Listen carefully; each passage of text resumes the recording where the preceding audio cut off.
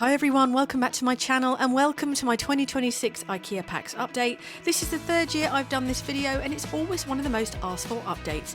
If you're planning a PAX build in 2026, this video is for you. I'm showing everything that's new this year, including new additions to the PAX range. I've been testing some of the new lighting options, so I'll be giving you my honest opinion, the good, the bad, and what I'd skip.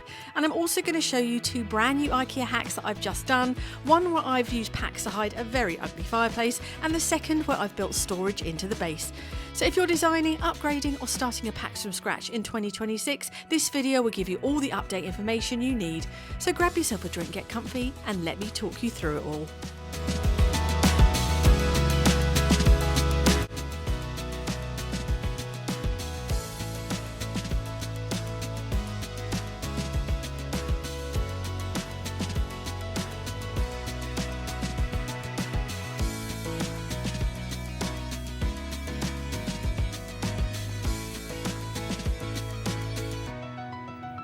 IKEA have added a couple of new pieces to the PAX collection. The first one is the PAX add-on end unit. This comes in two colours, white and an oak, and it's £60. It's designed to fit into the end of a PAX run, so instead of a blank side panel you get usable storage. You've got a hanging section here. This is great for everyday items, coats, jackets, outfits you're currently wearing.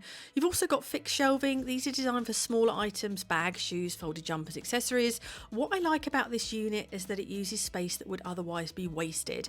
It's really handy for grab and go storage, things you don't necessarily want behind closed doors, and you can see where there's space for multiple items on the rail, and the shelves are good depth for bags, small storage boxes. It's a simple add-on, but it adds a lot of practical storage without making your PAX feel bulky.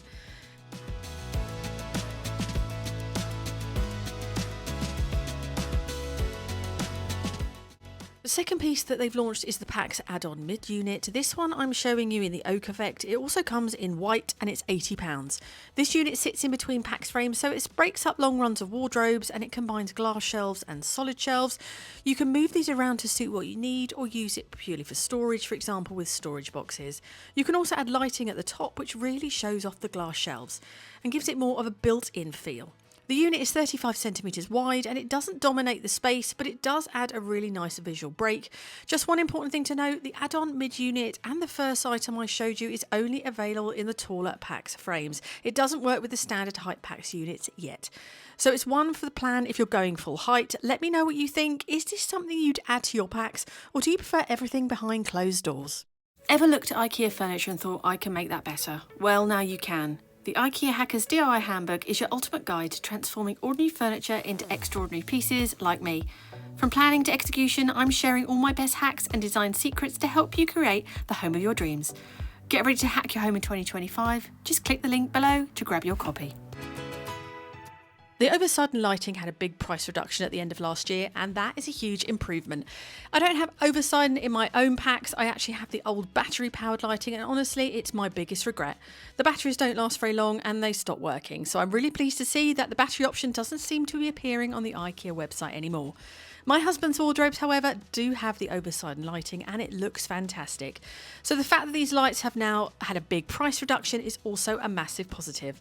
Just to give you an idea on price, the Oversiden lights for the 100cm PAX used to be £29 each. It was reduced to £24 at the end of 2024 and now it's only £15, which when you're buying multiple lights makes a massive difference. You'll need to buy the power supply cord and a driver separately. The drivers come in different sizes, a smaller one that powers a few lights and the larger one can power up to 10. But even with that, at this price point, Oversiden is now a lot more affordable. If you're stuck on how to fit Oversiden, I do have a full video on my channel showing you how to install them step by step.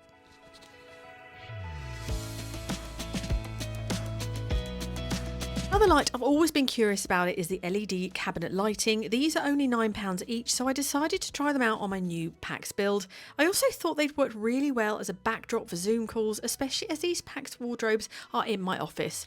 I bought 3 of them. Again, you'll need a power cord and a driver, but I've worked out that when you've got shelving, Oversiden just doesn't really work. These LED cabinet lights work really well on the shelves. They light everything up and you can actually see what you've got inside the cupboards. Oversiden could work, but you'd probably need to fit it on every every single shelf, which for me was just not practical. These LED cabinet lights are great for storage-led setups, and I also really like how they light up the outside edge of the unit, but I'll show you a bit more of this on my PAX new build at the end of this video.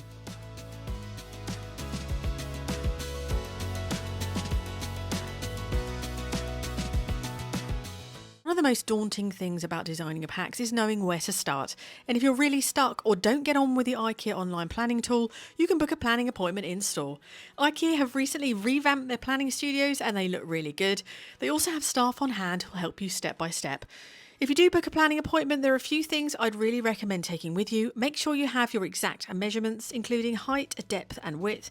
Take note of any wonky walls, windows, door frames or anything that could affect the fit.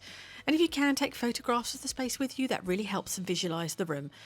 They'll walk you through the different styles of doors, the different shelving options and the complete PAX setup. Being in store really does give you that extra level of help, especially if you're struggling to know what will work best in your space. You can book a planning appointment online in advance, and I definitely recommend doing that during busy periods. You could try your luck by walking in, but booking online means you'll have a dedicated time and someone there to talk you through everything properly.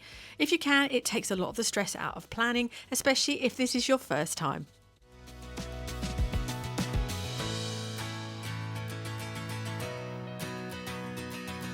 In my last PAX review, I talked a little bit about the redesign of the PAX system, and 1 year later, there is still no full rollout in the UK. In UK stores, the only PAX frames that use the new design are the grey-green PAX units. The easiest way to tell if you're looking at the new design is to look at the top of the unit. If you can see a small plastic catches, this is the newer version. The new design has no separate metal fixings and the back panel comes attached. I have a full video on my channel where I build it, take it apart and talk you through the differences properly. Yes, it is easier to build, but there are lots of comments on the video from people who aren't completely happy with the quality. As of now in the UK, the other colours have not switched over, so you can still buy the original PAX design in the dark grey, oak and white effect. This is very important if you are thinking about trimming one down, because you can do it on the original. If you're considering a PAX build and you want to understand the difference properly, I definitely recommend watching that video. I go through it all in detail over on my channel.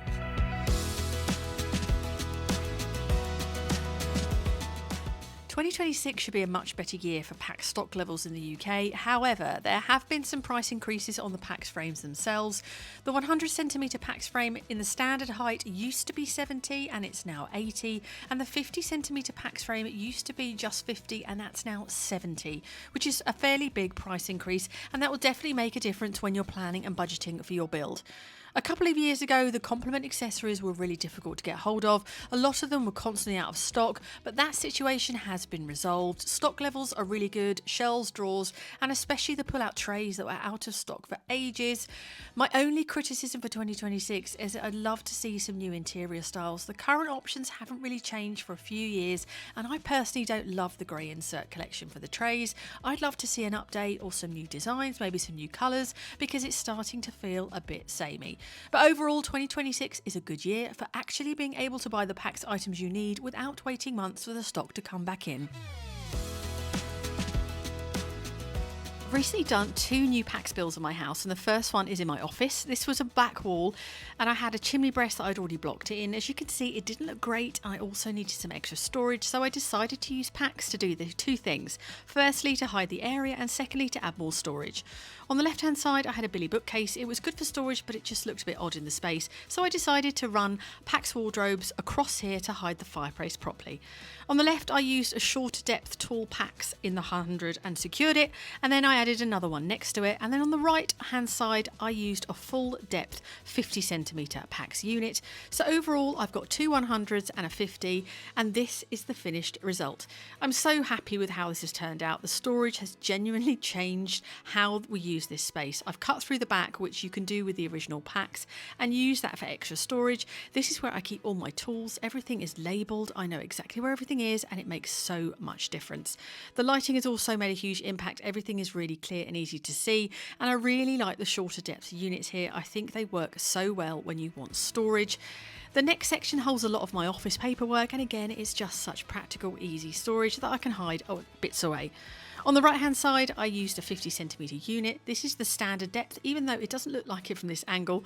I didn't go for the full run straight at the front here because I didn't want it to feel too tight near the door. And as you can see, we're using this section for shoes. It works really well and it makes the whole area feel so much neater and more finished. This is also the first time I've used these doors. I'll pop the details up on the screen and I think they look really effective. I also love the detail on the inside of the door. I've also laid new carpet in here and fitted it myself. I'll pop a link in the description box. It's a supplier I've used all over my house and I've always been really happy with the quality. So that's one project completed, a simple change, but it's made a huge difference and I absolutely love my office backdrop. Let me know if you've got a chimney breast that you're thinking about hiding.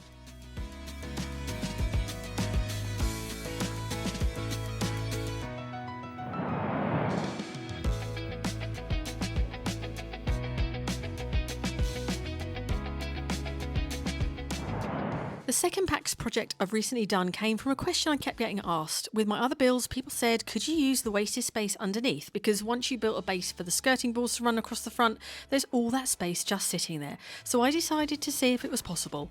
I got some pine, did a lot of planning and a lot of head scratching, and I managed to build a base with 2 additional 100cm storage units built into it.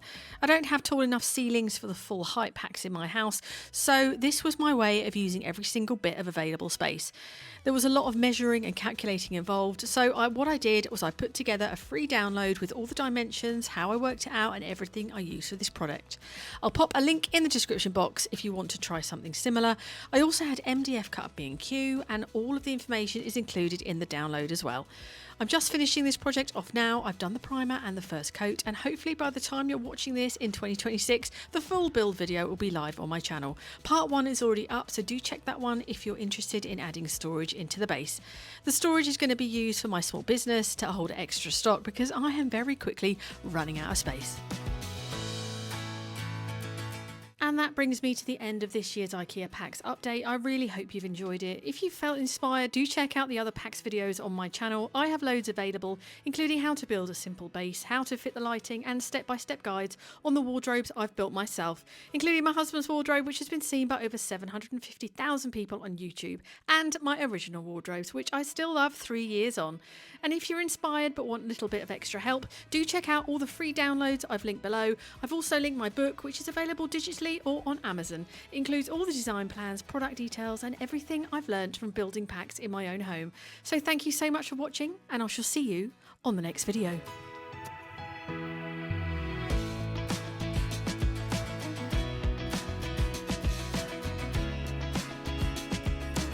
Quick one before I go, my small business, the Linen Organiser, is now back in stock. If you want your bedding neat, separated and easy to find, these bands keep everything together perfectly. They're available in all sizes and you can shop them on Amazon with free Prime delivery across the UK.